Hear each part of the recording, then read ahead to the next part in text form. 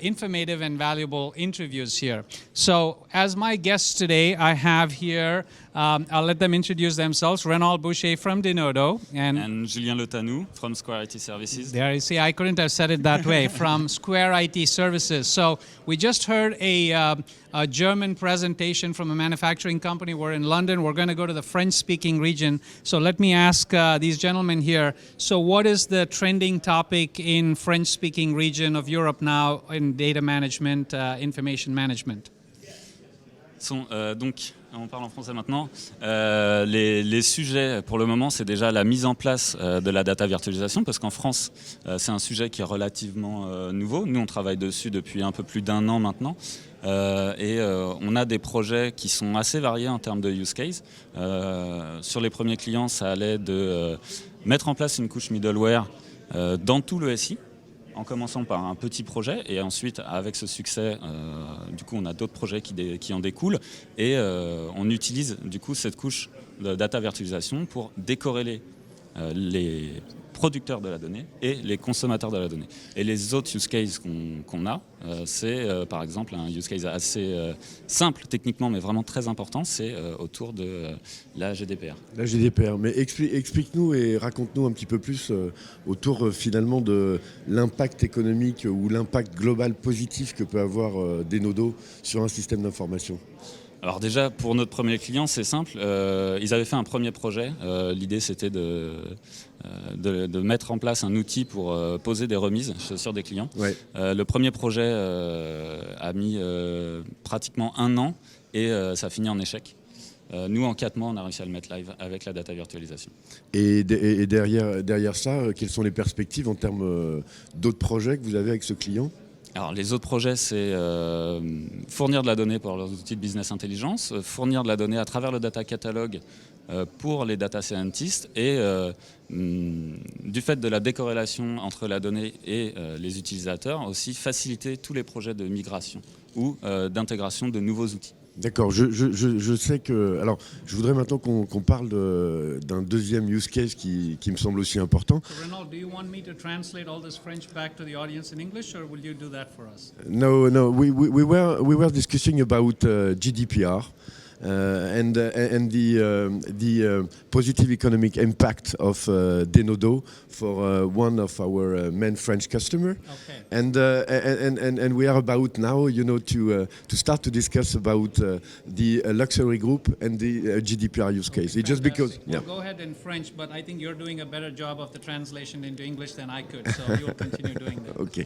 Non, parce qu'en fait, effectivement, vous avez fait l'implémentation de notre solution, je veux dire, pour un use case RGPD. Oui. Et je pense que c'est quelque chose de réplicable et surtout, enfin, je veux dire, qui est important puisque c'est la loi aujourd'hui. Enfin, n'importe quelle grande compagnie doit le faire. Et comment, avec Denodo, vous avez réussi à mettre ça en place hyper rapidement? En fait, déjà, effectivement, c'est quelque chose qui doit être mis en place depuis mai 2018. Donc les sociétés, elles tardent un peu à s'y mettre. Mais la data virtualisation, ça les aide vraiment dans le sens où aujourd'hui, par exemple, le DPO qu'on a aidé, il y avait 8 sources de données pour les données clients. À chaque fois qu'il avait une demande d'un de ses clients, c'est du B2C, donc il a régulièrement des demandes. À chaque fois qu'il avait une demande, il était obligé d'ouvrir un ticket, d'aller voir avec tous les responsables applicatifs si le ticket avait bien été pris en compte et de suivre tout ça. Donc c'était une perte de temps non seulement pour le DPO, mais aussi pour tous les intervenants de la chaîne. Du SI, de la chaîne. Donc en arrivant avec la data virtualisation, on a réconcilié ces 8 data sources. On a exposé tout ça à travers une interface web et maintenant le DPO il est autonome, il a une vision globale des données clients sur tout son SI et il n'a plus besoin de solliciter les responsables applicatifs et la SI. Donc c'est un gain de temps pour tout le monde, ça aide à être compliant et c'est du bénéfice pour tout le monde en fait. Et cette interface web développée par Square IT, elle est réplicable aujourd'hui, réutilisable sur d'autres projets? Complètement. Et même là, on travaille avec un partenaire pour mettre en place une solution packagée dans le cloud, sécurisée, prête à brancher directement sur le SI de nos clients. Donc on va pouvoir aller voir tous les clients français, enfin tous les possibles... Tous les clients français, voilà, tous qui ont les besoin clients d'être en conformes Europe GDPR, et ouais. même éventuellement dans le monde, parce qu'on sait que cette réglementation, elle fait des petits un peu partout. Ouais. Et du coup, c'est vraiment un use case qui est très intéressant parce que c'est techniquement pas très compliqué, ça se met en œuvre très facilement et on montre la puissance de la data virtualisation. Donc en plus, ça fait des petits, c'est-à-dire que là, le projet qu'on a chez ce client, derrière, ils disent, bon, bah, la data virtualisation, on est servi pour ce use case, ça fonctionne très bien. Donc maintenant, on va voir quels autres use cases on peut avoir de la data virtualisation dans notre SI. C'est vraiment... Et Julien, j'aimerais qu'on parle un petit peu aussi du développement de votre activité interne chez Square IT par rapport, enfin je veux dire aujourd'hui, vous venez aussi d'un monde qui est plus traditionnel où vous avez, vous faites de l'ESB, etc. Voilà, historiquement on a fait de l'ESB. Moi quand je suis arrivé chez Square IT il y a 6 ans, on était 8 et l'idée c'était de monter un pôle d'intégration de données autour de l'ESB. Aujourd'hui, dans ce pôle, on est une 50aine de personnes et il y a un peu plus d'un an, on a commencé à s'intéresser à la data virtualisation et on a mis ça en place. On était 2 au début à faire de la DV et maintenant, aujourd'hui, on est 7 à être certifiés.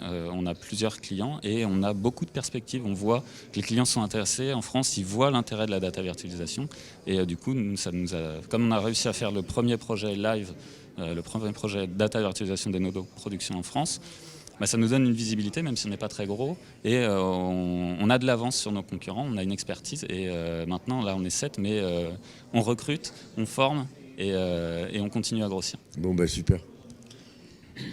Très bon.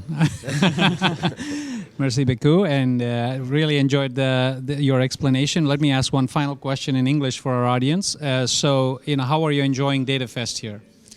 It's really nice. I'm really excited about the new features they told us about Denodo 8. And we have great intervention, great speakers, and I'll try to do my best when I be on stage in a few hours. Of course, yes, of course. Well, thank you, Square IT, for being here, and thank you for this great interview. Thank you very much. Don't hesitate to ask a question for us at our virtual booth. And also, yes, a virtual booth Square IT has some great material, including, I believe, some collateral on GDPR. Is that correct? Yes, we do have a live demo, so we can show what we can do with that tool.